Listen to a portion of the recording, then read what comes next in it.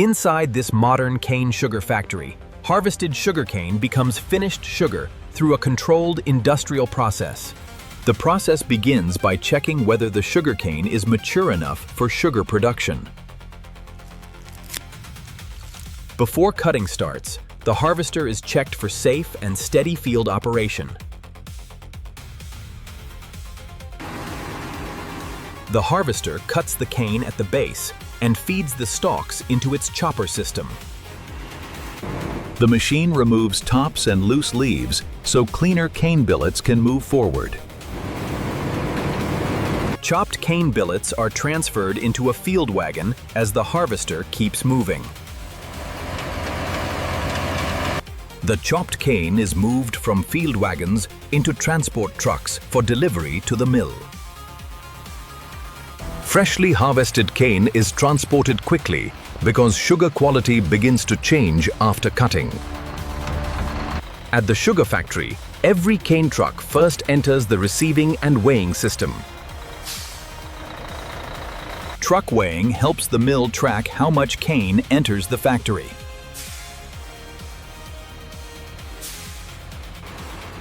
A sampling probe collects cane samples to estimate sugar content and incoming quality. The lab checks sample juice to understand the quality of each cane delivery. After weighing and sampling, the truck moves to the unloading bay. The truck tipper unloads cane billets onto the factory receiving table. The receiving table meters the cane into the factory at a steady rate. A heavy cane carrier moves the harvested cane into the preparation section. Dry cleaning removes loose leaves, soil, and field trash before extraction. Where needed, cane is washed to reduce soil before milling. A magnetic separator helps protect downstream machines from metal contamination.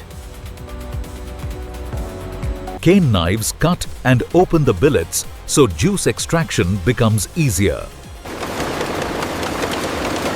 The shredder tears the cane fiber open to expose more juice-bearing cells. Prepared cane moves as an even fiber layer toward juice extraction. The first mill squeezes prepared cane fiber to release raw cane juice. Raw juice drains into collection trays below the mill. Several mills work in sequence to extract as much juice as practical. After juice extraction, the remaining cane fiber is called bagasse.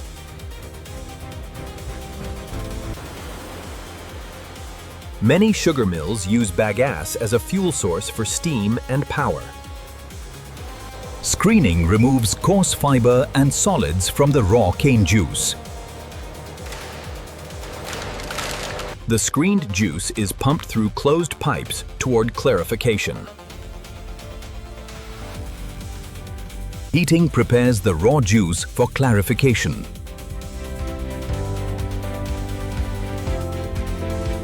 Controlled treatment helps impurities separate during clarification. The treated juice enters a clarifier, where heavier impurities can settle. Clarified juice flows out from the upper section, while mud settles below. Settled mud is filtered, so useful juice can be recovered.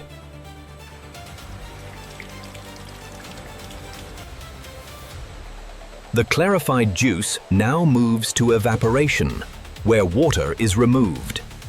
Evaporators remove much of the water and turn clarified juice into syrup. Clarified juice enters the first evaporator through controlled piping.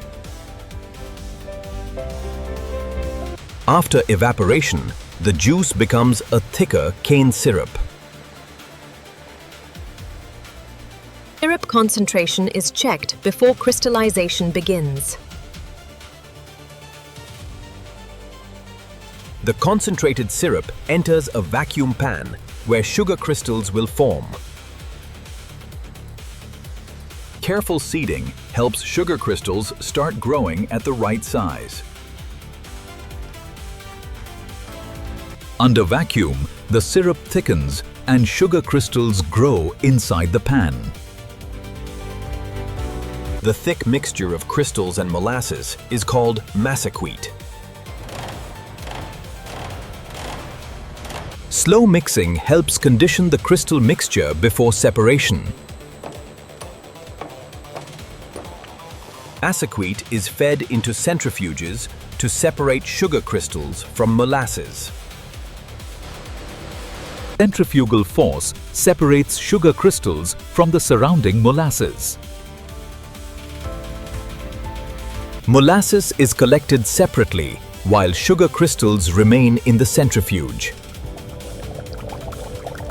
Wet sugar crystals leave the centrifuge and move toward drying.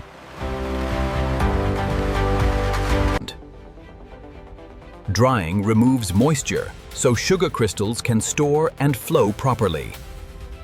Controlled warm air dries the crystals without damaging the sugar. After drying, sugar crystals are cooled before screening and storage. Screening removes lumps and creates a more uniform sugar size. Quality checks confirm crystal size, color, moisture, and flow before packaging. Approved dry sugar is transferred into storage silos before bagging.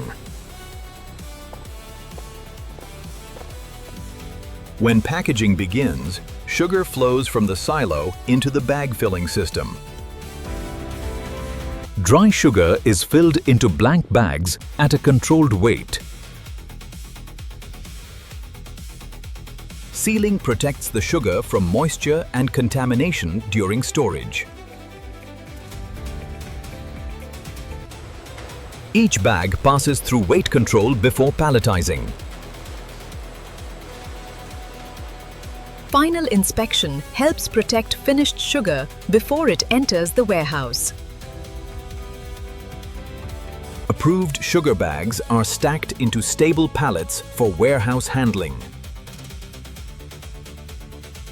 Stretch wrapping keeps sugar pallets stable during storage and transport. Finished sugar must be stored in a clean and dry warehouse. Inventory tracking helps trace sugar bags back to their production batch. Finished sugar leaves the factory through an organized loading dock. After harvesting, extraction, crystallization, drying, and packing, the sugar is ready for distribution. The first part of the process moves cane from field harvest to factory receiving. The cane is cleaned, cut, and shredded before juice extraction begins. Milling separates sugar-rich juice from the fibrous bagasse. The raw juice is screened, heated, treated, and clarified before evaporation. Water is removed, syrup thickens, and sugar crystals begin to form. Centrifuges separate crystals, and dryers prepare the sugar for packaging. Dry sugar moves from silo storage to bag filling, sealing, inspection, and palletizing. This sample display shows how sugarcane becomes finished sugar step by step. Fresh cane quality affects how much juice and sugar the mill can recover.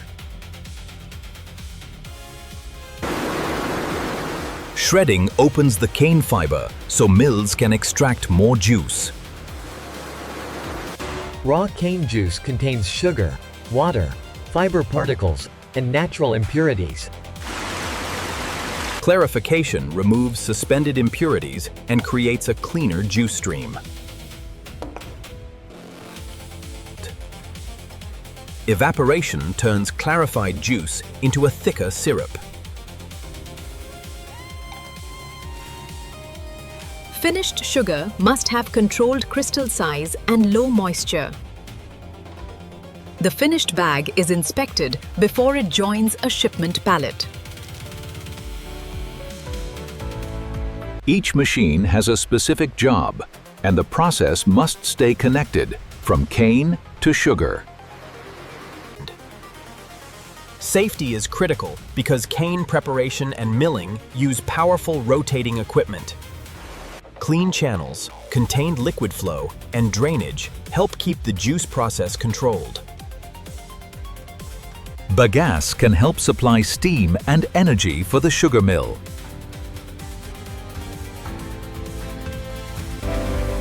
A cane sugar factory also manages byproducts such as bagasse and molasses. Batch records help connect incoming cane quality with finished sugar production.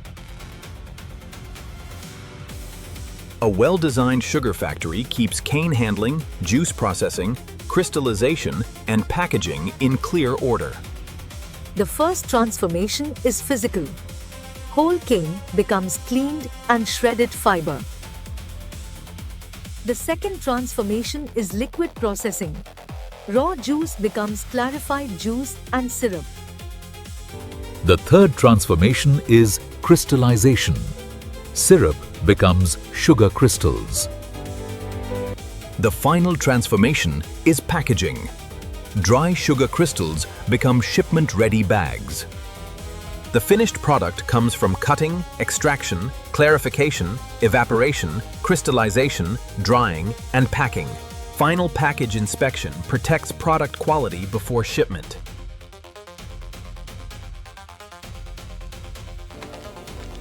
Stable palletizing helps protect sugar bags during storage and transport.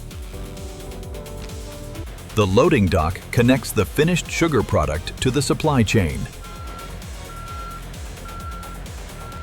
Every stage adds control.